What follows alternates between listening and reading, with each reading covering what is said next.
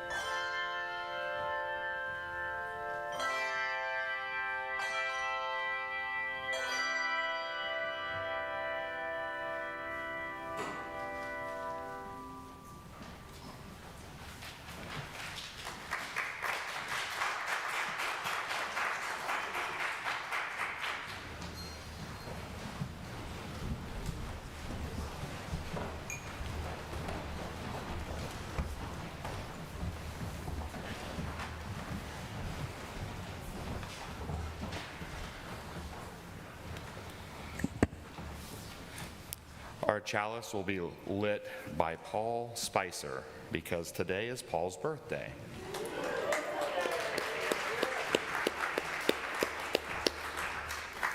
Paul is a meditation leader and is the chair of our stewardship team. We light the chalice as a symbol of our sacred time together. The burning chalice represents the light of reason and science, the warmth of loving community, the cleansing heat of justice, and the flame of hope. Again, welcome. I am Reverend Diana Davies, and my pronouns are she, her. And for those in our community who are blind or visually impaired, I am a white woman with gray hair, and today I am wearing all my Valentine's Day red. At First Unitarian, we share our pronouns and offer self-descriptions as part of our effort to ensure that no one is excluded from full participation in the life of our church. And in this spirit of inclusion, I want to remind you that our sanctuary is equipped with a telecoil hearing loop system. Please see your hearing aid provider to learn how to access this. And we also have large print orders of service and large print hymnals available from our ushers in the back. Our ushers today are members of First Unitarian's VOICE, Voices Organized in Civic Engagement. VOICE is a coalition of dues-paying congregations, nonprofits, worker associations, and schools that have come together out of a deep sense of mission and concern about the pressures that families face in the Oklahoma City metropolitan area. They engage individuals in better understanding the issues and learning to work effectively for improvements that benefit all. If you are interested in learning more about VOICE, please contact Maureen Harvey, who is right here in the front. When you came in today, you should have received a couple of things, a little paper heart attached to a string, and I'll explain later what that is about, and a sticker, a little heart sticker that's kind of cushy. If you didn't get those, can you raise your hand high, and an usher will bring those around. We have some people in the very front row, and Carmen over there, and LaDonna. Hey, and Bruce. So keep your hands up so they can see you.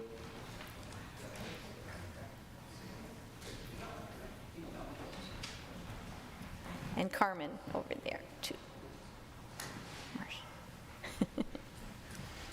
All right, so once you can set the little paper heart aside for now, and I invite you to take that little sticker and just hold it in your hands. You might kind of feel how kind of smushy it is. Just get a sense of the texture and the thickness. And then I invite you to imagine that the little sticker is directly connected to your heart through your hands and your arms. And imagine that your heart is sending love directly down into it. Infuse that little heart sticker with so much love and heart light that maybe you can feel your own hands tingling a little bit. And then, when you're ready, I invite you to pass that sticker over to someone else, and they'll give you, so everybody will pass their sticker on to somebody else. And make sure everybody has one, no heart sticker hoarding.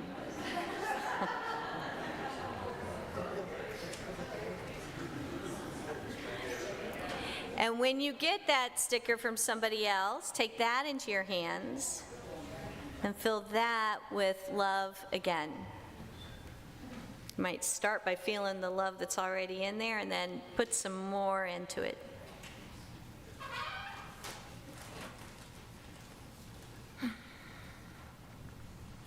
And then one more time, let's pass them on again.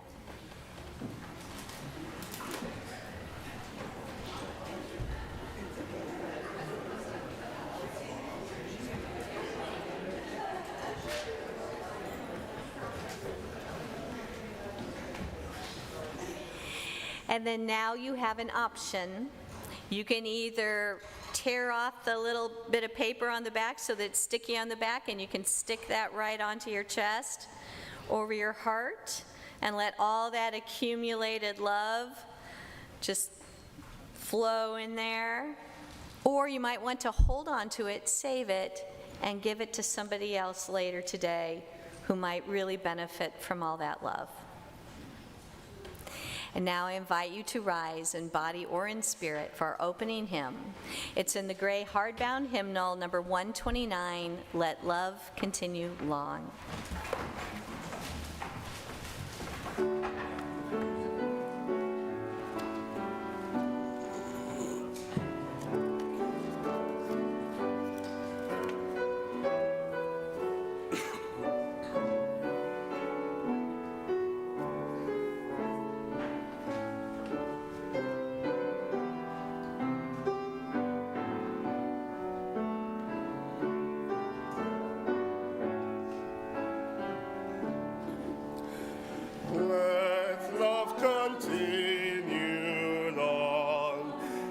show to us the way.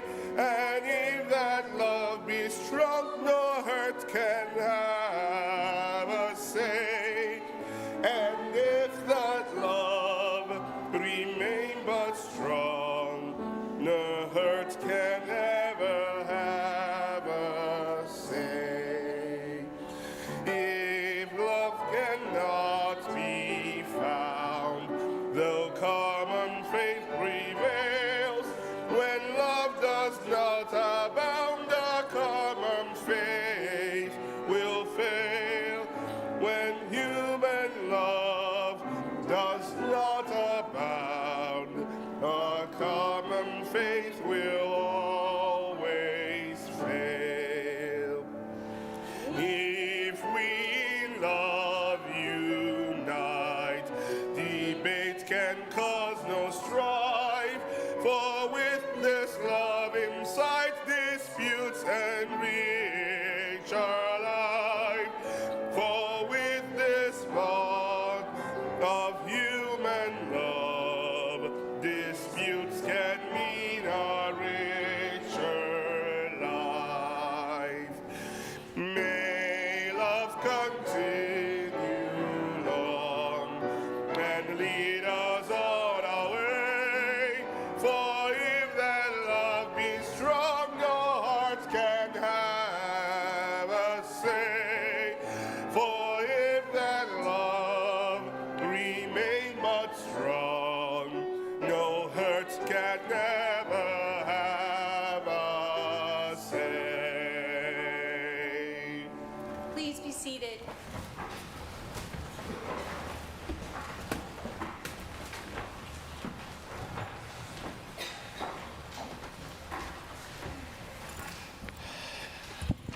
Well, good morning. I am not Tim, having neither Tim's height or fashion sense, unfortunately. But I'm going to start off this morning reading some words that he's prepared for us while he's home sick. He does report that he's recovering well. Happy Valentine's Day. Today, in the spirit of Valentine's, we're talking about different ways we can show our love. There's a lot of ways we show our love for one another. Some give presents, some people do acts of service, some love getting a written note of love, of support. This has always been particularly meaningful to me, Tim. I love getting thank you notes and cards of love because there's something I can keep and read whenever I'm feeling down. After the horrific Murrah bombing in 1995, the Unitarian Universalist congregations from all over sent us notes of love and support. A religious education program in Pittsburgh made our children a youth banner of love and support, which hangs in our children's chapel today. This show of love and support meant a lot to our church members here, and still does mean a lot. The banner still hangs in our chapel as a way to remember the bombing, and as a way to remember the love that surrounded this church in the aftermath. It serves as a reminder for us to spread that love we received, and it serves as a reminder of our ties to our wider faith, and that we are not alone. Last year around this time, our church was fighting again.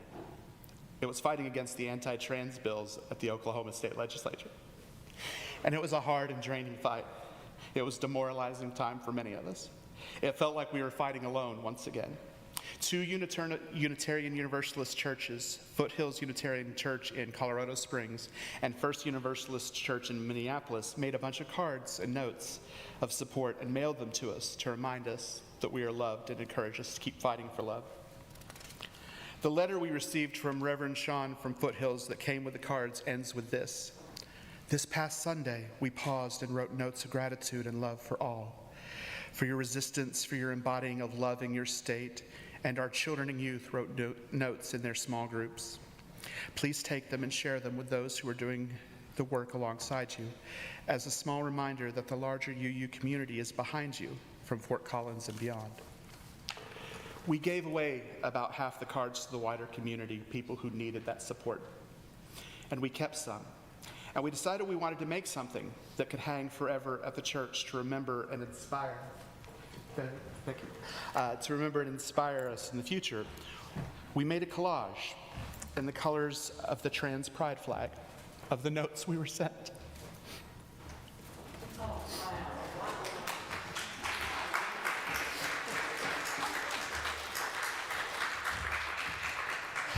We are going to hang this along with the letters that we were sent explaining everything up in our children's chapel alongside the other banners of love, so we can remember that love was shown to us, and so that we can remember to show love to others, so we can remember that we aren't alone out there when times are hard, and so that we can remember what these notes meant to us when we needed some hope. And now apparently Tim has invited Ellie to share a few words, so I guess I'm not Tim anymore. It was fun while it lasted. I missed the height already. So I'm Ellie. I'm your resident trans tech support person who occasionally descends from my AV tower up there. I'm wearing a black dress today because I have a concert later. Hope that's okay. I imagine it's not going to come as a surprise to anyone that the last legislative session was difficult for me, for many of the people I care about, as it was for so many marginalized people. At a time when, to be honest, I was still struggling to accept my identity for myself. I did so in a state that was clearly telling me it was a mistake. I'd never be accepted, I'd never be safe. It would just be easier to stay hidden. And then I started meeting people, attending rallies for a cause, really for the first time in my life, trying to find a balance between staying informed and drowning in the negativity that comes from really listening to what was being said. But it was the other people that helped me. Some of them would have described themselves as activists, and others just wanted the right to live their lives. And so many out there were fighting for other people, their friends, their loved ones. It was in this fellow struggle, this common hardship, this shared trauma, that we met some of the people who we're fortunate enough to know today. The support of others, that love that others gave us not only hope, but a lifeline at times when it did and still does feel like those in power want me gone. I remember when the cards came in, we weren't even officially out yet, but there were a number of you that had already met us as Ellie by then. Tim had messaged me. He warned me, honestly, because he knew the kind of emotions that reading these cards were going to bring up. And as I read over them, doing my best not to get tears on every single one, and there's a few of those that still have.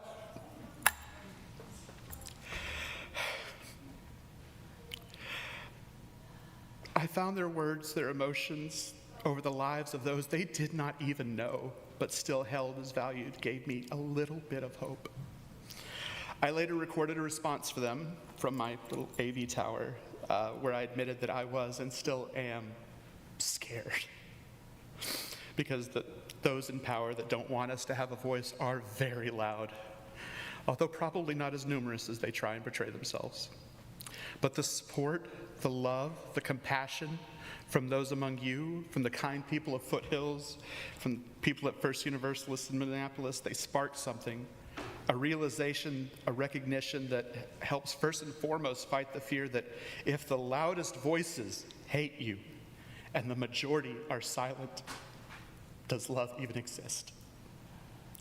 And those cards, from their tone of compassion, of reassurance, of belief in the battle we were all facing, gave us a glimpse that there was still love.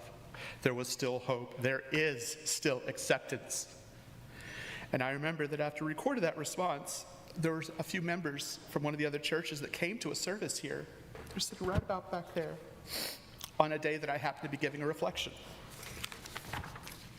And I cried that day too. But I cried realizing just how far some people would go to support those in need. And I think it's okay to cry about something like that. So when we hang this back in the chapel, where I hope that it will remain to be seen by those looking for hope for years to come, I will cry again.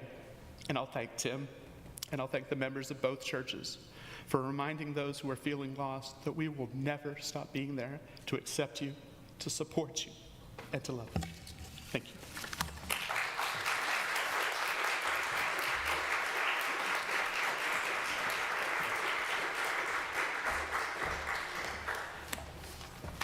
Good morning.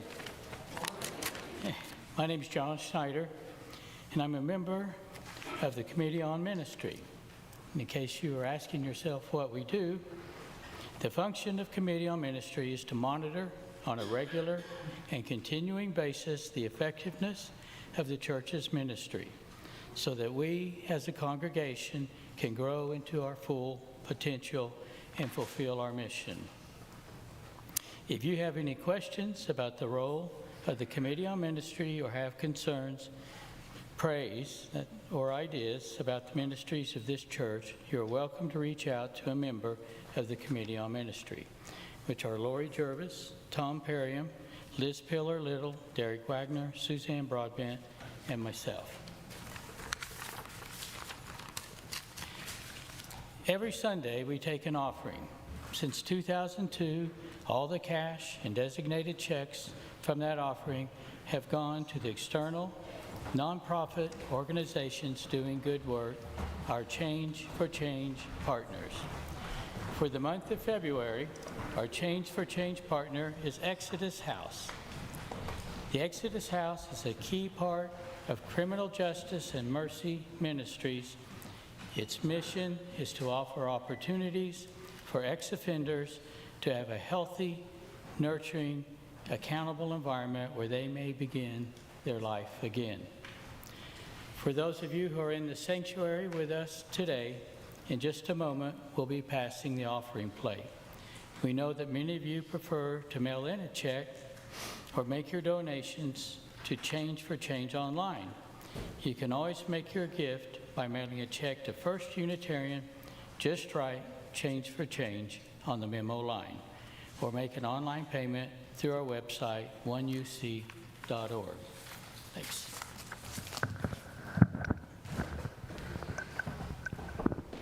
I'd like to take a minute to express my thanks to a couple people here in the choir. Number one is Ellie. Every Wednesday evening, she comes in and sets up everything for us.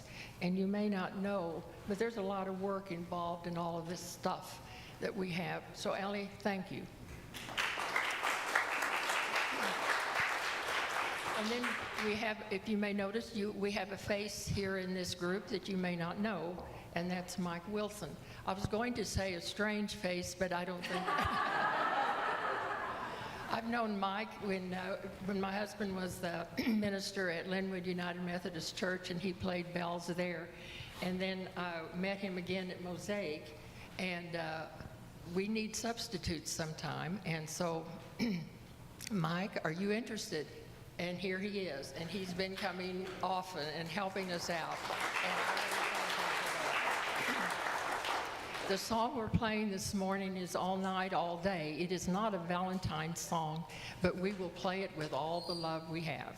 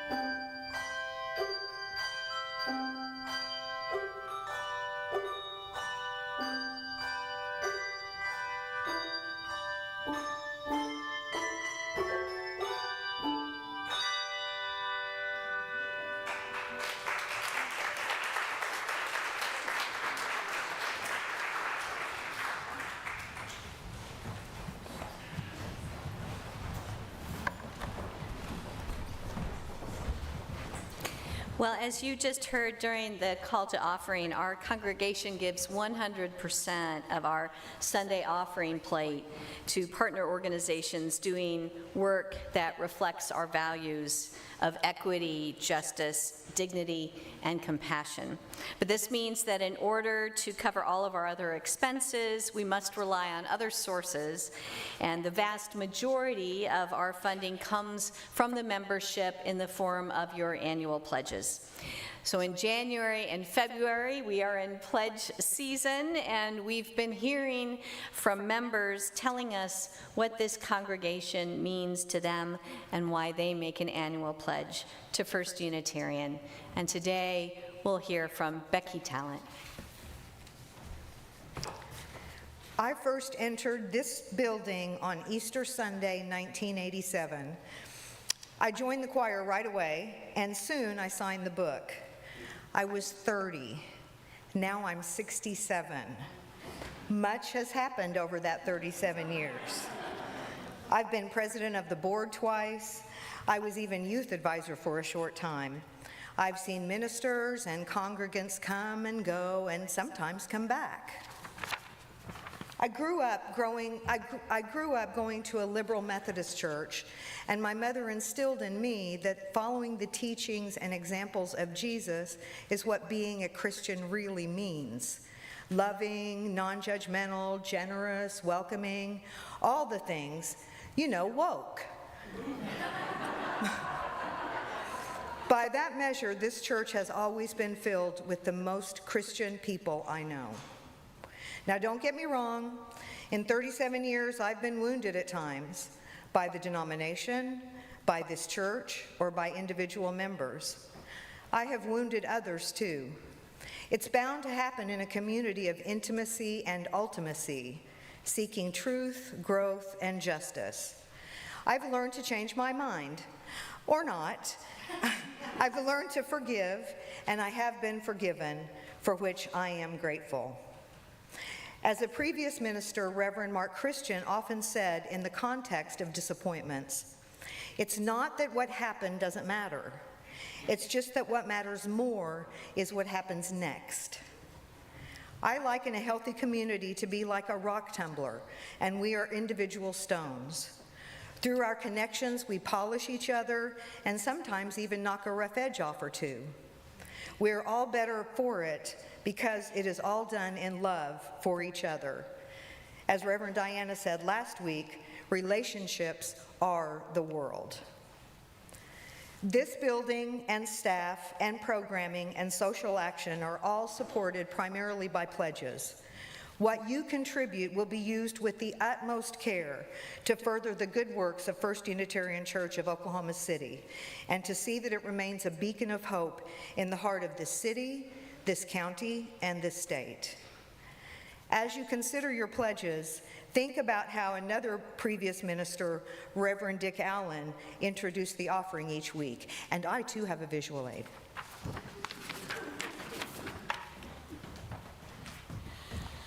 This is what Dick used to say, and I have this hanging in my bedroom. I shall pass through this life but once. Any good, therefore, that I can do or any kindness I can show to any fellow creature, let me not defer it nor neglect it, for I shall not pass this way again. Thank you. Thank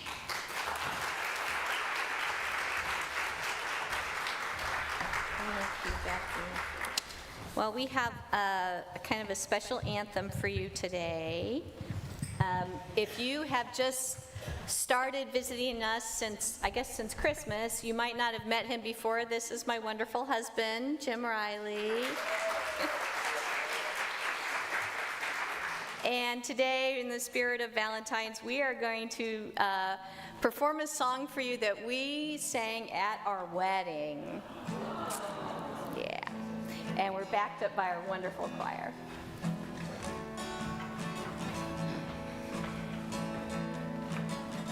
I don't condemn, I don't convert. This is the calling, have you heard? Bring our lovers to the fold. No one is gonna lose their soul. All my days I've been searching to find out what this life is worth. Through books I've looked, through time I've searched. Love is my religion. Love is my religion. Love is my religion. Love is my religion. All we need is love. So don't let nobody stop us. Free spirits got to soar. With you I'll share the gift, a gift that we now know. I don't want to fight. Hey, let's go fly a kite. There is nothing we cannot cure. I'll keep you in my arms for sure. 'Cause love is my religion. Love is my religion. Love is my religion. Love is my religion. All we need is love. All we need is love. All we need is love. All we need is love. Love is my religion. Love is my religion. Love is my religion. All we need is love. All we need is love.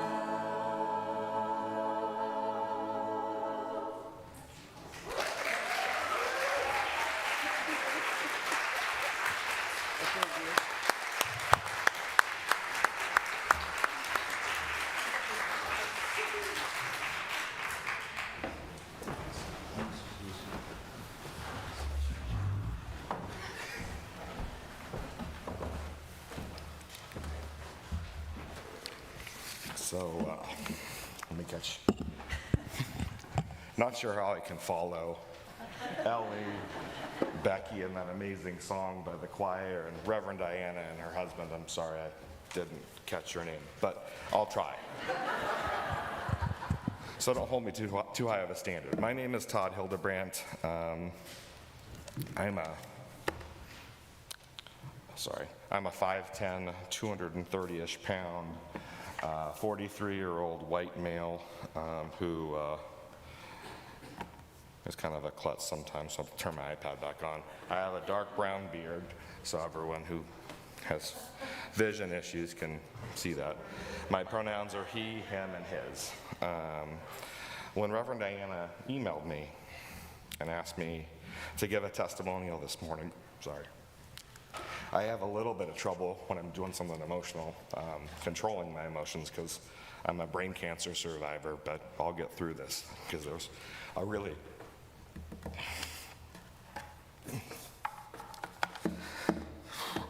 important person watching on YouTube today. So, our son Gray, he's never watched the YouTube, and I'm so happy he did, because he got to hear Ellie's amazing words, and hopefully mine will meet his approval. So Reverend Diana emailed me and asked what I love about being a first year or being a Unitarian. And I simply responded to her email, everything. So I'm done. Bye.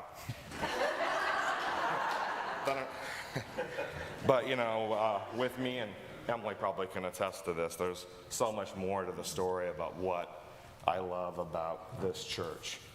So I'll tell a little bit of my backstory, which isn't all that important except I've been looking for a place like this really my entire life. I'm from Grand Junction, Colorado, which is a middle-sized Colorado town. There's not a lot of people who look all that much differently than I do. Don't believe all that much differently than I do. But I knew that, so I went off to college, and probably my first couple days at college, I met Muhammad, who was a Muslim from Turkey. Never had known a Muslim from Turkey before. One of my good friends in college was Michelle. She was an atheist vegan from Cincinnati. Shada was an Iranian woman who, despite everything I heard on the news and read, cared about a lot of the similar things I did. My roommate Romeo, who was an Asian American from New Orleans, who was gay and struggling how to come out to his parents. So I'm sure he was worried having a roommate named Todd from Western Colorado. But we got to know each other. And so one of the things I've always struggled with the Christian faith is, all those people, a lot of people would say that, those amazing people were intended or on their way to eternal damnation in hell, and that just didn't seem to sit right with me. Good people having that happen. So I've always struggled with that, and throughout my adult life, I've looked for a Christian church that met what I believe Matthew 22 verses 37 and 40 say really about Christians. Your only job is to love the Lord and love your neighbor as yourself. It's about love, it's not about judgment. That's what I believe is so important about this place. And so when I moved here to Oklahoma City, or Yukon in fact, my wife had been going to a church. She shared the exact same beliefs I did, that in the churches we had been going to, I didn't feel like they were focused on love like they should be. I've gone off script, I'm sorry. The church we were going to, seemed more focused on judgment, and the messages were great, but we had to ignore that underlying tone. At this time also,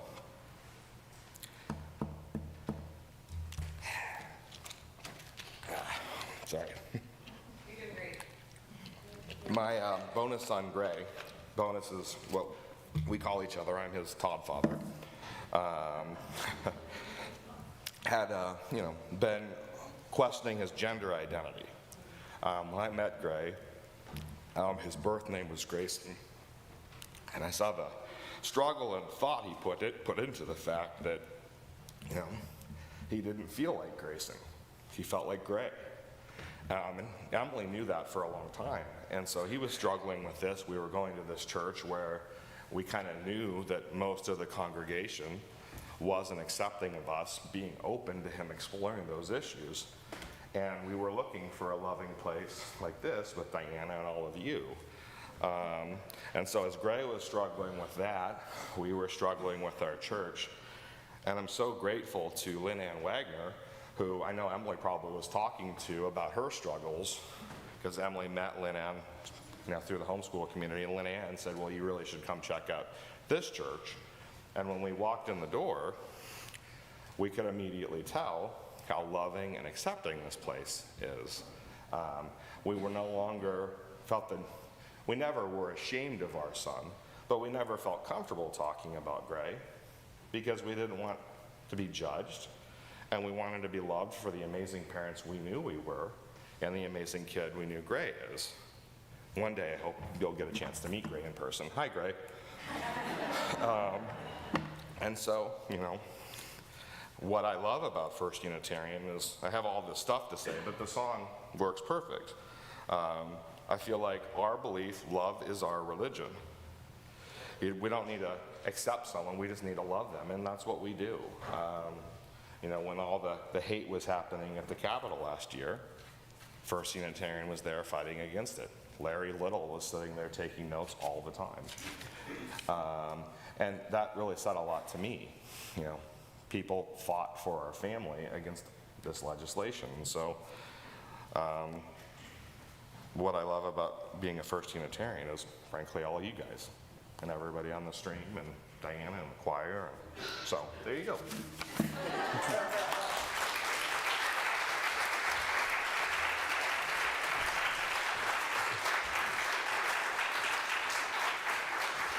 Thank you, Todd. Hi, Gray.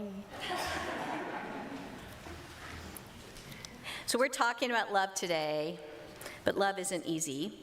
It takes practice. One way to practice becoming more loving is through a metta or loving kindness meditation. So I invite you to join me in a loving kindness meditation today. I invite you to settle into your seats and take a comfortable position. Let your eyes close or be softly focused. Let your hands rest in your lap. Let your shoulders be soft. Let your breathing be deep. And bringing awareness to yourself, I invite you to direct these thoughts toward yourself. May I be safe. May I be healthy. May I be happy. May I be filled with loving kindness. May I be peaceful and filled with joy.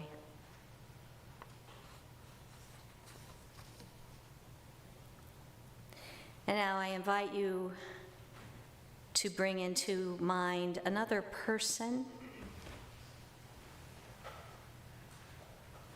It might be someone you know very well. It might be someone who's just an acquaintance.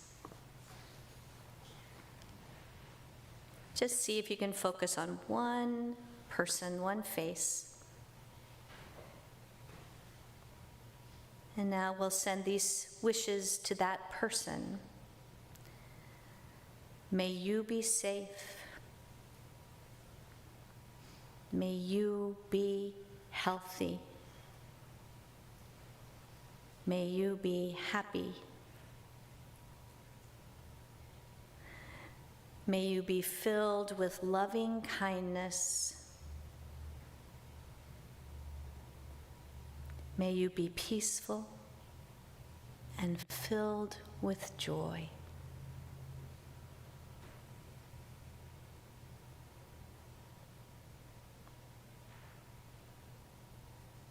And finally, this time we're going to zoom out, keep zooming out till you see the whole planet held in the loving embrace of all of space. Everyone who lives, all beings there. And now I invite you to direct these thoughts towards all beings. May you be safe. May you be healthy. May you be happy.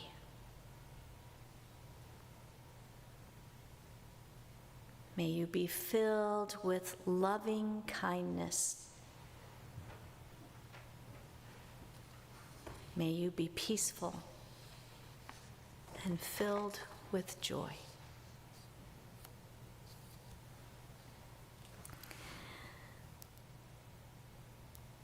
May it be so.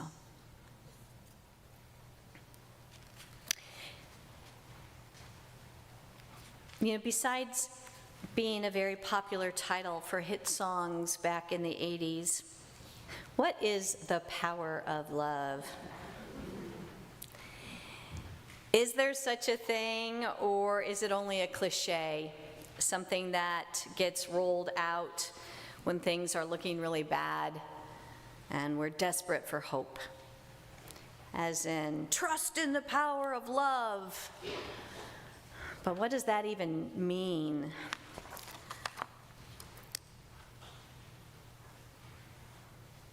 I've grappled with this question myself as I think about love being at the center of our faith. And I've tried to come up with an answer. What does this mean to have love at the center? To say that love is our religion. And I've come up with an answer that works for me. Not long ago, I came across a quote from a Christian theologian, Reinhold Niebuhr, about the meaning of prayer. Prayer being another one of those things, one of those words that can mean so many different things that it can come to mean nothing, as in thoughts and prayers. Niebuhr wrote, and I'm paraphrasing, prayer doesn't change things. Prayer changes people. People change things. Prayer isn't hearing voices. Prayer is acquiring a voice. Unquote.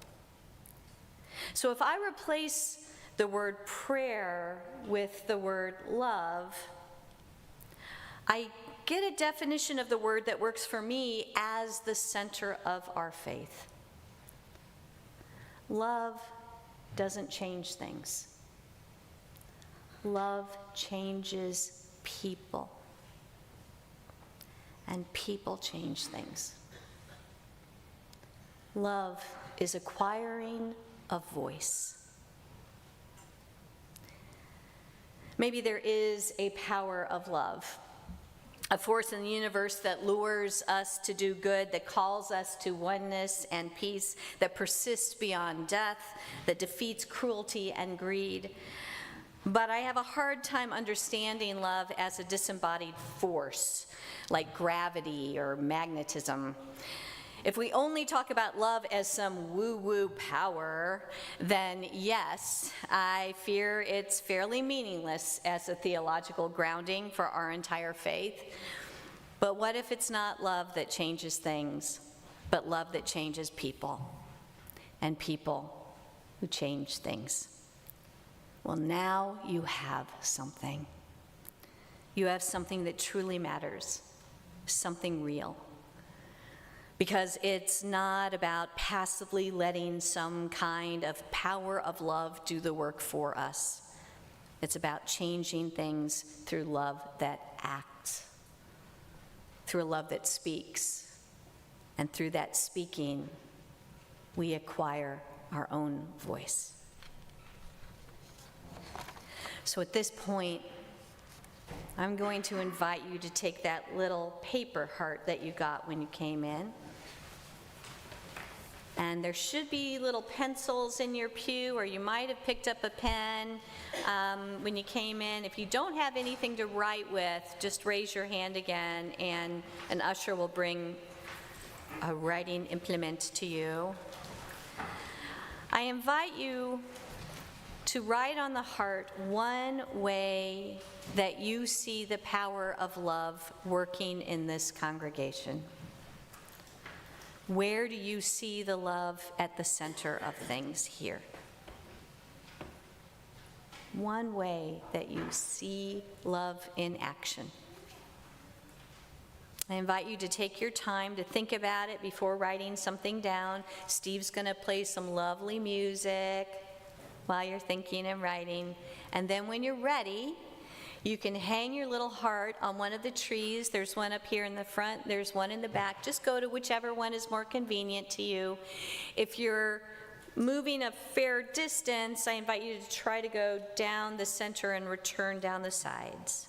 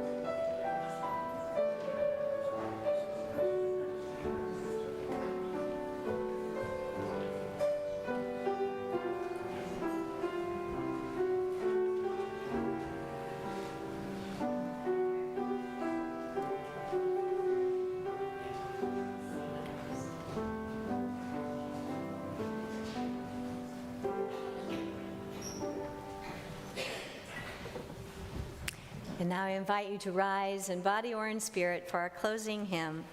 It's number 131 in the gray hardbound hymnal, Love Will Guide Us.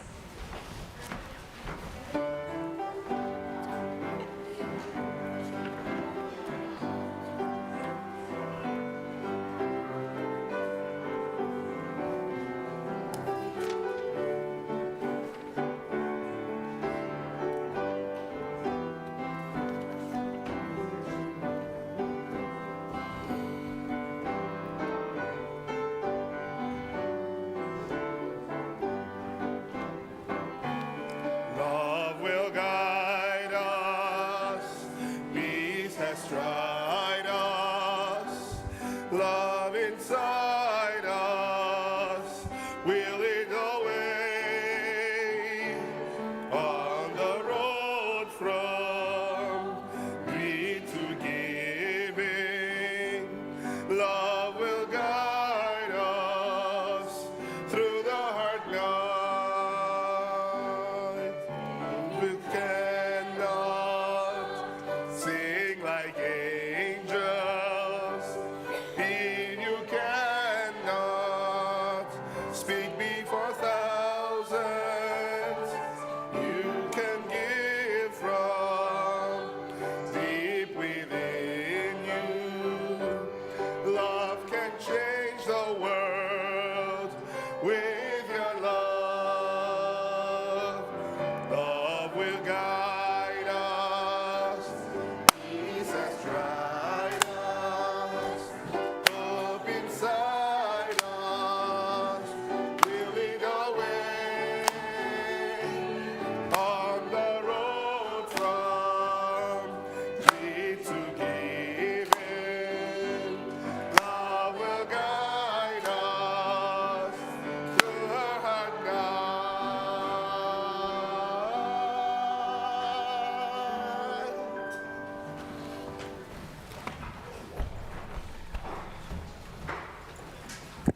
We extinguish this flame, but not the light of love and community that burns in our hearts. Immediately after our service today, all are invited to join us in Daniel Hall for a cup of coffee and some fellowship. To get to Daniel Hall, just go through these doors, down the hallway a little bit, and then turn to your right. We also have a memorial service this afternoon for our beloved Ingrid Young at 1:30 today. So go have a nice lunch and come back, and we'll see you then. And there will be a reception as well after that service. And then I was asked to remind you that next week is the big fundraiser for the Alliance. It is the annual Bucket Dip fundraiser, where there's going to be all kinds of really good food, and for each dip of the ladle, you pay $1 and you get your food. And it's a great fundraiser for a wonderful part of our congregation. So don't forget that next week. And now I leave you with this one wish and this one blessing. May you be held in love. May all you do be centered in love. Love in all things. May it be so.